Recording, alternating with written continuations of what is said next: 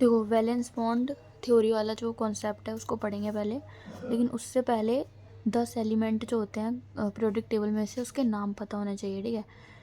तो यहाँ पे मेरे पास एक निमोनिक्स है जिससे मैंने याद करे हैं 10, और इन्हीं 10 में से ही लॉट फेयर के क्वेश्चन आता है। सिर्फ ये 10 लर्न करना है, 10 ओनली। शक्ति, वक्र, मन, फे, को, नी, कुसन।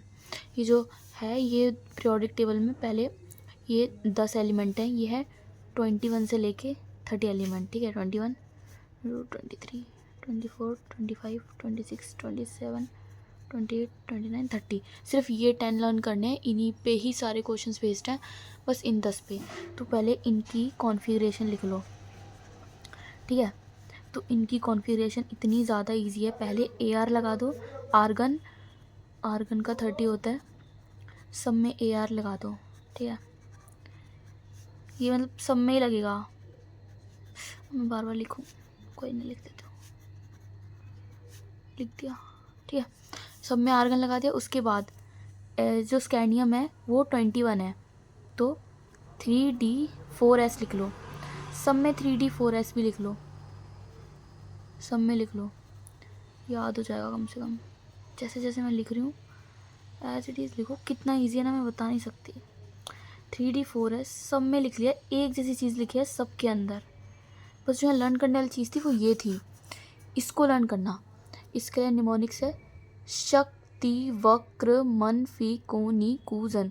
इससे निमोनिक्स है, इससे लर्न करा मैंने 21 से 30 तक के एलिमेंट, ठीक है। डी ब्लॉक के एलिमेंट है ये। सो अब स्कैंडियम क्या है 21, तो 2 यहाँ लगा दिया, 1 यहाँ लगा दिया। मतलब जो 21 का 2 है वो S पे लगा दिया, और जो 1 है वो D पे लगा दिया, ठीक है। सेम ये जो शक्ति वक्र जो T है उसका 4S पे 2 लगा दिया, 3D पे 2 लगा दिया, यहाँ पे 2, यहाँ पे 3, 2, 4, 2। ये जो 5 है वो D पे लग जाएगा, ये जो 6 है वो D पे लग जाएगा, और S पे तो 2 आ ही जाएगा। यहाँ पे भी 2, 7, 2, 8, 2, 9, 2, 2, 10, ठीक है। अब मैंने लिख दी। अब यहाँ पे क्रोमियम वाली को काट देंगे और कॉपर वाली को काट देंगे, ठीक है। यहाँ पे एक्सेप्शंस हैं, ये दोनों एक्सेप्शंस हैं। इसकी ये तुम्हें अलग से लर्न करनी पड़ेगी। इसकी 3D5 4S1 होती है, और ये 3D, एक मिनट रुको।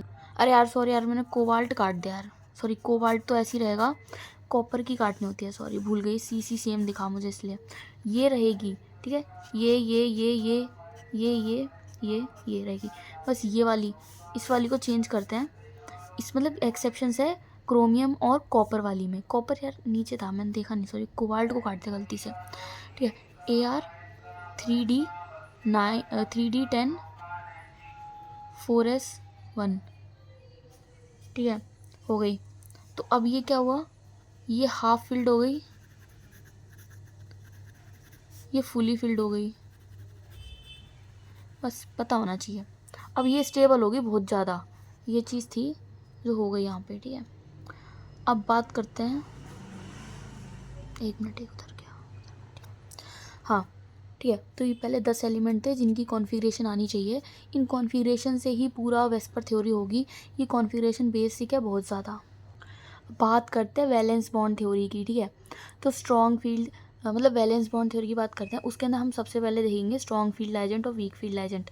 जिसके हमारा कोई भी कंपाउंड है उसके अंदर अगर हमारे पास CO, CN, C2O4 और ये है EDTA, तो वो स्ट्रॉन्ग फील्ड एजेंट होंगे, ठीक है। और अगर F fluorine, chlorine, bromine, iodine और H2 हैं तो वीक फील्ड एजेंट होंगे, ठीक है।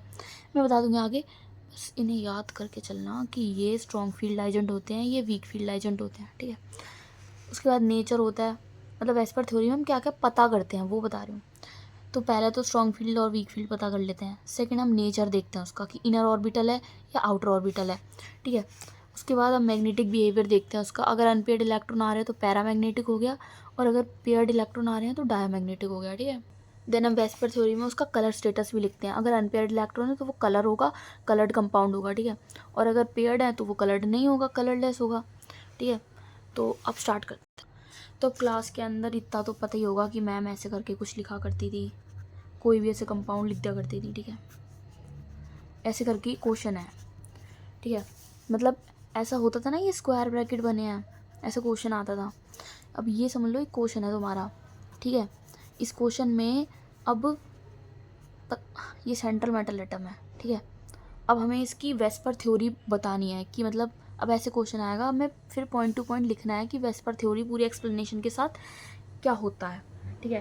तो सबसे पहले हम क्या करेंगे, हम यहाँ पे लेंगे क्रोमियम को, ठीक है। क्रोमियम का चार्ज पता करेंगे। उस क्रोमियम का चार्ज पता करने के लिए क्या ऐसे फॉर्मूला होता है जो कि उसमें पढ़ा हमने 11th क्लास में, रिडॉक्स में पढ़ा था, ठीक है।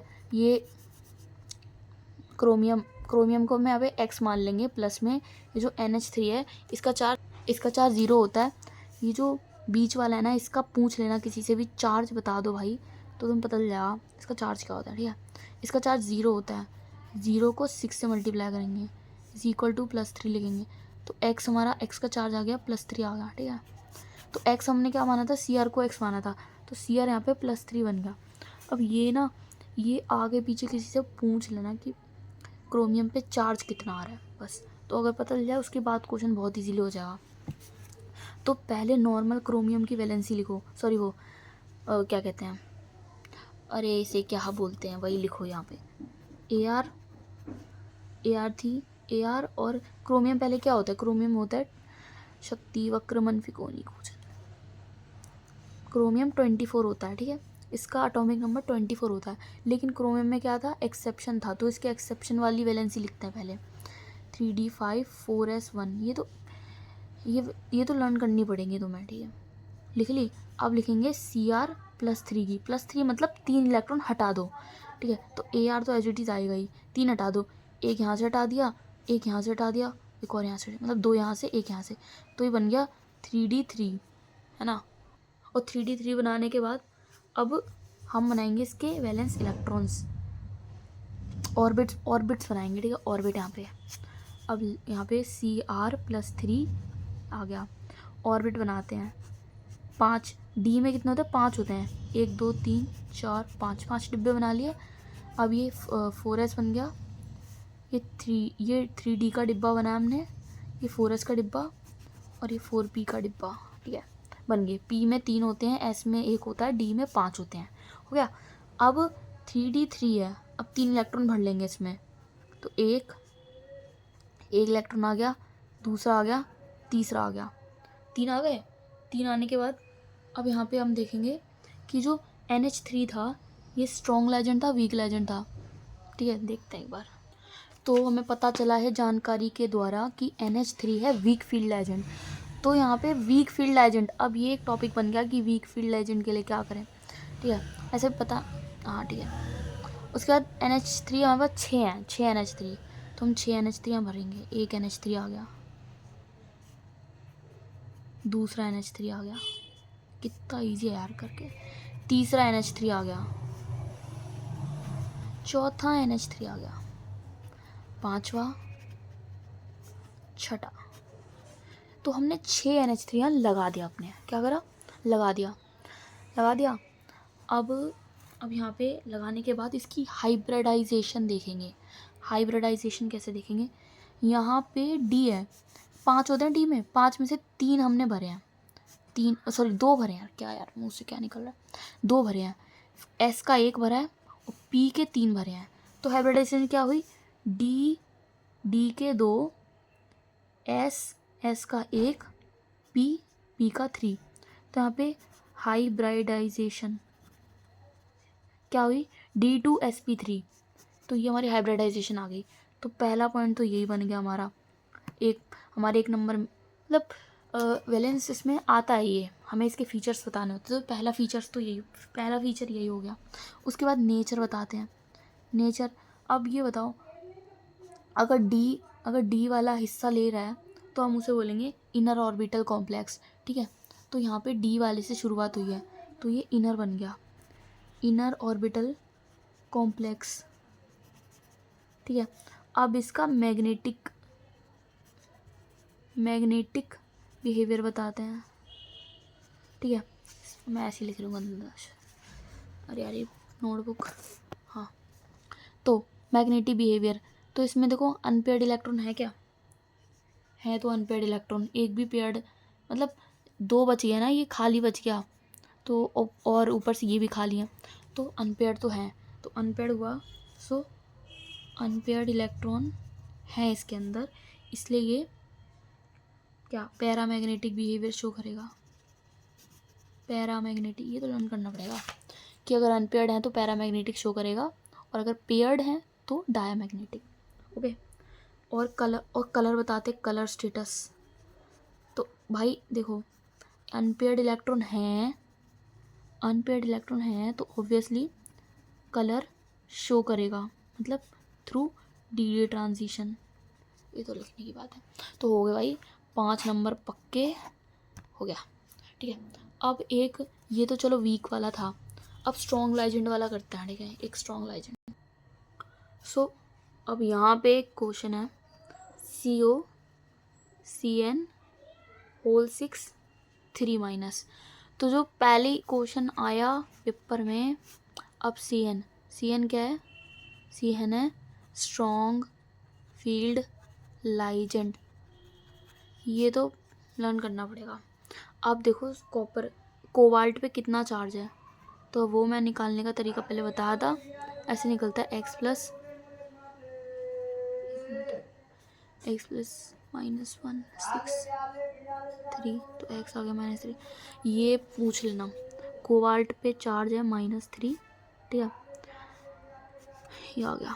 अब नॉर्मल कोबाल्ट की वैलेंसी क्या होती है, AR 3D4S लिख लो। कोबाल्ट क्या होता है 27 होता है, 7 यहाँ लगा दो, 2 यहाँ लगा दो, हो गया, ठीक है। अब कोबाल्ट -3 नहीं -3 प्लस, अब यार +3, सॉरी, कोबाल्ट +3 है, इसके यहाँ पे क्या जगह 3D4S लिख लेंगे, तो 3 हटाने हैं, 2 इसमें से हटाएंगे, 1 इसमें से, तो यहाँ से 2 हट जाएगा, तो ये तो बचेगा ही नहीं, ये 3D6 हो गया, 3D6 बचा। अब उसका वो बना लेते हैं ऑर्बिटल्स, ठीक है। तो पहले तो D आ जाएगा, 1 2 3 4 5, एक S, फिर 3 P के, ठीक है, 4P 4S 3D। अब 6 इलेक्ट्रॉन भरने हैं, 1 2 3 4 5 6 इलेक्ट्रॉन भर दिए, ठीक है, 6 इलेक्ट्रॉन भर दिए इसके अंदर। अब 6 इलेक्ट्रॉन भरने के बाद यहाँ पे बोल रहा है कि हमें CN लगाना है, 6 CN लगाने हैं, लेकिन हमारे पास क्या है, स्ट्रॉन्ग फील्ड लाइजेंड है। तो जब भी स्ट्रॉन्ग फील्ड लाइजेंड आएगा तो उसकी प्रक्रिया अलग हो जाती है। स्ट्रॉन्ग फॉर स्ट्रॉन्ग फील्ड लाइजेंड, मतलब क्वेश्चन में स्ट्रॉन्ग फील्ड वाला लाइजेंड था हमारे पास, तो हम यहाँ पे क्या करेंगे, ये यहाँ चला जाएगा, अरे यार हाँ, मतलब ये वाला यहाँ चला जाएगा और ये यहाँ आ जाएगा, मतलब पेयरिंग कर लेंगे, ये इसको पेयरिंग कहते हैं, समझ जाओ। इसमें ये लर्न कर, ये बहुत दिमाग में रखने वाली चीज़ है कि अगर स्ट्रॉन्ग फील्ड लाइजेंड आ गया, ये सीरीज़ दे रखी है कि कौन सा स्ट्रॉन्ग है कौन सा वीक है, ये लर्न करना होता है बस। 1 2 3 4 5 बना लिया, ऐसे करके दोबारा से हम यहाँ डबल मेहनत करनी पड़ती है, और कुछ नहीं, यहाँ डबल मेहनत। अब 3D, तो यहाँ पे वो हो जाएगा पेयरिंग, ठीक है, मतलब जो ये वाला था वो यहाँ पहुँच गया, ये वाला यहाँ पहुँच गया, पेयरिंग हो गई। अब क्या, ये खाली बचा, अब यहाँ पे आएंगे CN रिएक्ट करने, 1 CN आ गया, 6 CN है हमारे पास, ये जो CN है वो 6 हैं, ठीक है, आ गया CN आ गया, CN हो गए, 1 2 3 4 5 6 हो गए, ठीक है, हो गए 6 हमने लगा दिए। 6 लगाने के बाद अब निकालते हैं इसके फीचर्स। पहला इसका निकालेंगे हाइब्रिडाइजेशन, ठीक है। सो उसकी हाइब्रिडाइजेशन क्या हुई, यहाँ पे हमने D 2 बार लिया है, 1 बार S लिया है, 3 बार P लिया है, तो इसकी हाइब्रिडाइजेशन क्या होगी, D लिख लो, D कितनी बार है, 2 बार, फिर S कितनी बार है, 1 बार, P 3 बार, तो इसके हाइब्रिडाइजेशन क्या हुए D2sp3। अब सेकंड इसका लिख लो नेचर, नेचर बता देते हैं इसका नेचर। अब इसमें डी, ये डी की हिस्सेदारी है तो ये इनर ऑर्बिटल हो गया, ठीक है, इनर ऑर्बिटल मतलब डी इसमें है इंक्लूडेड। अगर ये डी पूरा भरा हुआ है, ये एस से शुरुआत कर रहा है, तो फिर ये आउटर ऑर्बिटल हो जाएगा, ठीक है। तो डी इसमें है लागू, इसलिए इनर ऑर्बिटल है। थर्ड इसका मैग्नेटिक बिहेवियर, तो इसका मैग्नेटिक बिहेवियर क्या होगा, इसमें अनपेड इलेक्ट्रॉन है एक भी, सी इसमें अनपेड इलेक्ट्रॉन नहीं है एक भी। देखो ये भी भरा हुआ है, ये भी भरा हुआ है, ये भरा हुआ है, ये तो है खाली, इससे तो कोई मतलब ही नहीं है, ठीक है। ये खाली मतलब ये भरा हुआ भरा हुआ भरा हुआ, तो अनपेड इलेक्ट्रॉन है ही नहीं, तो अनपेड नहीं है तो ये डायामैग्नेटिक होगा, डायामैग्नेटिक। अब बात करते हैं इसकी कलर की, तो ये कलर स्टेटस, कलर स्टेटस क्या होगा इसका, मैंने क्या बोला अनपेड है ही नहीं, तो क्या होगा, तो ये कलर नहीं होगा, ये होगा कलरलेस, ठीक है। तो होगी बातें, ठीक है, बस इतना ही था, हो गए, मिल गए 5 नंबर, ठीक है। तो ये है स्ट्रॉन्ग फील्ड एजेंट और ये है वीक फील्ड एजेंट वाला जो इधर बताया, दिस एंड दिस।